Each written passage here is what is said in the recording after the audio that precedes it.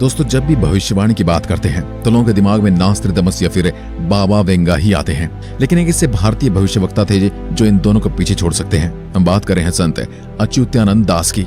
उनकी की गई भविष्यवाणी को देखकर ऐसा ही लगता है कि उन्होंने भविष्य को बहुत पहले ही देख लिया था।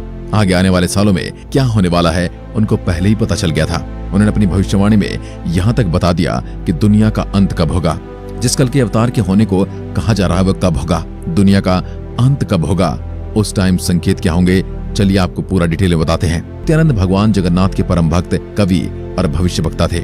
उनके काल को 1480 और 1505 के बीच का माना जाता है। अच्युतानंद दास का जन्म उड़ीसा के कटक जिले में तिलकाना गांव में हुआ था। संत अच्युतानंद दास ने कई विषयों पर किताबें लिखी हैं। लोगों का मानना है कि उन्होंने अपनी सभी पुस्तकें अपने योग शक्ति से लिखी हैं। कहा जाता है कि उड़ीसा में 1 लाख मालिका की पुस्तकें हैं, जिनके अलग अलग विषय और नाम हैं, लेकिन इस समय कुछ सैकड़ों पुस्तकों ही जानकारी है लोगों को। हालांकि सभी पुस्तकें जगन्नाथपुरी के महंतों के अधिकार में है। कहा जा रहा है कि वे इन पुस्तकों को हर किसी को नहीं दिखाते। संत के बारे में कहा जाता है कि उनकी पुस्तक में उनके अनेक जन्मों का विवरण भी है। सतयुग में वे एक महर्षि थे। त्रेता में नल नामक वानर बनकर उन्होंने श्री राम की सेवा की और द्वापर में सुदामा बनकर उन्होंने श्री कृष्ण की भक्ति की। वहीं कलयुग में अच्युतानंद दास बनकर श्री कृष्ण भक्ति के प्रचार में सहयोग किया।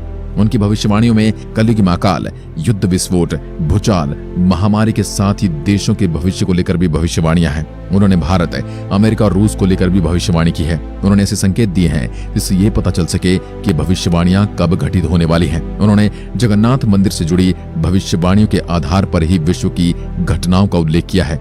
उन्होंने कलयुग के अंत और इस काल में घटने वाली घटनाओं का भी जिक्र किया है। उन्होंने अपनी पुस्तक में यह भी बताया है कि महाभारत काल के योद्धा कलयुग में किस नाम से जन्म लेकर यह कार्य करेंगे। और एक तरफ जहां नास्ट्रडमस की भविष्यवाणी किसी को समझ में नहीं आती, यानी कि वो बातों को काफी ज्यादा घुमाकर और कविता की तरह लिखते हैं, जो कि नॉर्मल कोई भी सिचुएशन के साथ मैच खाती हैं।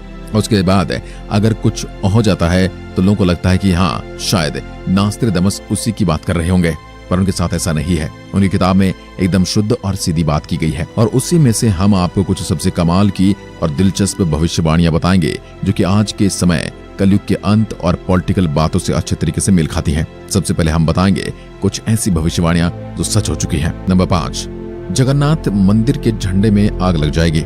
19 मार्च 2020 को पाप नाशक एकादशी के मौके पर झंडे में आग लग गई थी। लोग इसे बहुत अपशगुन मान रहे थे। इस घटना के बाद कोरोना महामारी में तेजी आई। ठीक 5 दिनों के बाद संपूर्ण भारत में लॉकडाउन लगा दिया गया था। ये भविष्यवाणी भी सत्य साबित हुई और ऐसी कई और भविष्यवाणियां सच साबित हुई हैं। इनकी सबसे खतरनाक भविष्यवाणी तो आगे आने वाली है।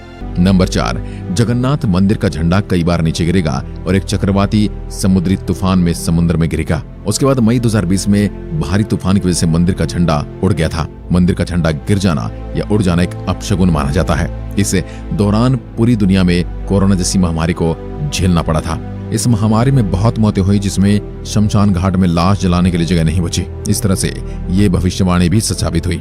नंबर 3, उड़ीसा में एक चक्रवाती तूफान आएगा और पुरी के जगन्नाथ मंदिर का पवित्र कल्प वृक्ष अर्थात बरगद का पेड़ टूटकर गिर जाएगा तथा उसके बाद दुनिया के लोगों के मरने का सिलसिला शुरू हो जाएगा। दोस्तों, मई 2019 में समुद्र में एक चक्रवाती तूफान आया था, जिसकी वजह से पवित्र कल्प वृक्ष टूटकर नीचे गिर गया था और उसी वर्ष के अंत में कोरोना जैसी महामारी देश में आ गई। इस महामारी की वजह से बहुत सारे लोग मारे गए। ये भी भविष्यवाणी सत्य साबित हुई। नंबर 2, दूसरी भविष्यवाणी यह है कि जगन्नाथ मंदिर के पत्थर गिरेंगे।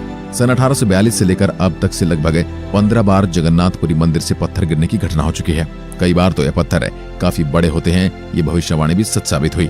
नंबर 1, संत अच्युतानंद ने भविष्यवाणी की थी कि भगवान जगन्नाथ का अपमान होगा तथा मंदिर की परंपराओं में अव्यवस्था होगी। दोस्तों, जगन्नाथ मंदिर में स्थापित मूर्तियां लकड़ी की बनी होती हैं। ये मूर्तियां 12 वर्षों में एक बार बदली जाती हैं, जिससे पुरानी मूर्ति को दफना दिया जाता है तथा नई मूर्ति को स्थापित किया जाता है। इसे नव कलेवर की रस्म कहा जाता है। सन 1996 के बाद 2015 में नई मूर्ति को स्थापित किया गया था।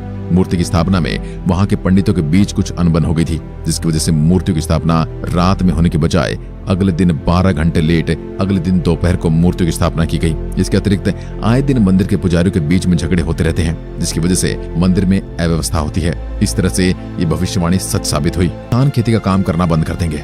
जंगली जानवर गांव और शहर पर हमला करना शुरू कर देंगे। जैसे भी धीरे धीरे करके किसान खेती छोड़कर दूसरे काम कर रहे हैं, तो वह दिन दूर नहीं जब लोग खेती करना एकदम छोड़ देंगे और जैसे हम गांव और शहर बनाने के लिए जानवरों के जंगल को काट रहे हैं, तो वह टाइम भी दूर नहीं जब जानवर हमला कर दें और बदल जाएगी धरती की धुरी। इसके बाद कई भूकंप आएंगे। पिछले काफी वक्त में भूकंप आना बहुत ज्यादा बढ़ गया है और धरती की रफ्तार भी पहले से स्लो होती जा रही है। एक टाइम पर आसमान में 2 सूर्य निकलने का आभास होगा। यह आसमानी पिंड होगा जो बंगाल की खाड़ी में गिरेगा और ओडिशा जलमग्न हो जाएगा। और अगर यह चीज सच साबित हो जाती है तो पता चल जाएगा कि इनकी भविष्यवाणी 100% सच है। दोस्तों, इनका तो ये भी कहना था कि समुद्र का जलस्तर बढ़ जाएगा और जगन्नाथ मंदिर की 22वीं सीढ़ी तक पानी आ जाएगा। तब भगवान के विग्रह को उनके भक्त छातिया बटा ले जाएंगे, जो कि एक शहर या फिर गांव का नाम होगा। यानी आप कह सकते हो कि भगवान के घर को शिफ्ट कर दिया जाएगा। और जिस तरीके से क्लाइमेट चेंज हो रहा है, उसकी वजह से वाटर लेवल भी काफी ज्यादा बढ़ रहा है और धरती पर हो रही प्राकृतिक आपदाओं के कारण धरती पर 7 दिनों तक अंधेरा रहेगा। लोगों के हिसाब से कहा जा रहा है कि घटना 2022 से 2029 के बीच होगी, लेकिन उन्होंने इसका कोई खास समय नहीं बताया है। दोस्तों, एक और अप्राकृतिक आपदाएं होंगी तो दूसरी ओर होगा महायुद्ध। तीसरे विश्व युद्ध की शुरुआत शनि के कुंभ राशि में प्रवेश करने पर हो जाएगी। तीसरा विश्व युद्ध 6 साल 6 माह तक चलेगा। चीन 13 मुस्लिम देशों के साथ मिलकर भारत पर हमला कर देगा। आखिर के 13 महाभारत युद्ध में शामिल होगा और यह भारत की लड़ाई होगी। भारत की इसमें विजय होगी। भारत सदा के लिए अपने दुश्मन को न सिर्फ खत्म कर देगा बल्कि विश्व गुरु भी बन जाएगा। भारत का आखिरी राजा एक शक्तिशाली हिंदू राजा होगा जो योगी पुरुष होगा और जिसकी कोई संतान नहीं होगी। उसमें विश्व का नेतृत्व करने की अद्भुत क्षमता होगी और वह धर्म के सहारे शांति स्थापित कर पाएगा। उस वक्त ओडिशा के अंतिम राजा गजपति महाराज होगा। इसी दौरान भगवान कल्कि प्रकट होंगे जो युद्ध में भारत का साथ देंगे। अमेरिका का एक बड़ा हिस्सा जलमग्न हो जाएगा। चीन के कई टुकड़े हो जाएंगे। पाकिस्तान का नामो निशान मिट जाएगा। पाकिस्तान के साथ मिलकर लड़ने वाली शक्ति कमजोर और दयनीय हो जाएगी। यूरोप युद्ध लड़ने लायक नहीं रहेगा। वहां की जनसंख्या न के बराबर होगी और यूरोप की लगभग सभी आबादी नष्ट हो जाएगी। अंत में रूस सफलता प्राप्त करेगा। विजयी रूस को आगामी अवतार वश में करेगा। 2 कीट पतंगों की तरह मरेंगे और विश्व की जनसंख्या 64 करोड़ ही रह जाएगी। चीन तबाह हो जाएगा। रूस हिंदू राष्ट्र बन जाएगा। भविष्य मल्लिका के अनुसार 2025 के बाद का समय एक विभीषा के समान होगा। वही लोग बचेंगे जो सत्य और धर्म के मार्ग पर चलेंगे। भारत के संदर्भ में कन्नड़ में लिखी भविष्यवाणी के अनुवाद में ये कहा जाता है कि 6 और 7 का जोड़ 13 होता है और इसी में 13 और मिलाने से 26 अंक आता है। इसी 26 अंक के माध्यम से अच्युतानंद दास ने भारत पर होने वाले हमले के बारे में भविष्यवाणी की है। शनि जब मीन राशि में प्रवेश करेंगे तब भारत पर संकट के बादल छाएंगे। साल 2024 में शनि कुंभ से निकलकर मीन राशि में जाने वाले हैं। शनि के मीन में जाने से वहां 2.5 वर्ष तक रहेंगे। भविष्यवाणी के अनुसार वहां संत के हाथों में होगी देश की बागडोर जो अविवाहित होगा। जगन्नाथपुरी को जोड़ने वाले एक राष्ट्रीय मार्ग का निर्माण होगा। ओडिशा का अंतिम राजा एक बालक वृद्ध होगा, यानी बाल बुद्धि होगा। भगवान जगन्नाथ के धामपुरी मंदिर के ऊपर से पत्थर नीचे गिरेंगे और मंदिर का ध्वज कई बार गिरेगा। इस दौरान प्राकृतिक आपदा के चलते भारतवर्ष में नीलांचल यानी जगन्नाथपुरी समुद्र के गर्भ में विलीन हो जाएगा। बुजुर्ग और शिक्षकों को निरादर होगा। वहीं पाखंडी लोग धर्मगुरु बनकर लोगों को छलेंगे। भविष्य में लोगों के मन में धर्म, संवेदनशीलता, प्रेम और संस्कार खत्म हो जाएंगे। नेक और धार्मिक भक्तों का मजाक उड़ाया जाएगा। धीरे धीरे आस्तिकों की संख्या घटेगी और यह दुनिया आस्तिकों और नास्तिकों के बीच विभाजित हो जाएगी। इंसान व्यभिचारी हो जाएंगे। पुरुष का पुरुष से और महिला का महिला से अप्राकृतिक संबंध रहेगा। इंसान के घर पर जानवरों का हमला होगा। आए दिन इंसान और जानवरों में भिड़ंत होते हुए देखेंगे। शहरों में जंगली जानवर घूमते रहेंगे। प्राकृतिक आपदाएं तबाही मचाएंगे। विचित्र महामारी और बीमारियों से जनता त्रस्त रहेगी। हवाएं लोगों को बहुत परेशान करेंगी। महंगाई इतनी बढ़ जाएगी कि जनता सड़क पर आंदोलन करेगी। कलयुग के अंत के समय में जीवन देने वाले सूर्य जीवन लेने वाला बन जाएगा।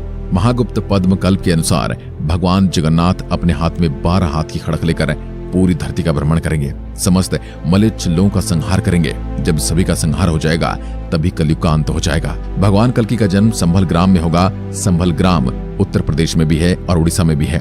कल्कि भगवान का नाम चक्रमणि या चक्रधर होगा।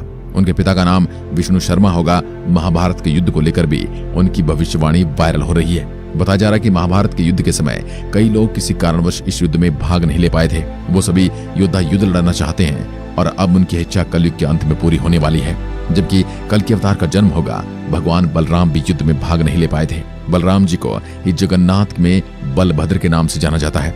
कलयुग के अंत में बलराम जी प्रकट होंगे और कलयुग के अंत में महाभारत का अधूरा युद्ध एक बार फिर से लड़ा जाएगा। इसके बारे में आपके अपने क्या विचार हैं कमेंट में लिखकर जरूर बताएं। एक बार फिर मिलते हैं, तब तक के लिए नमस्कार।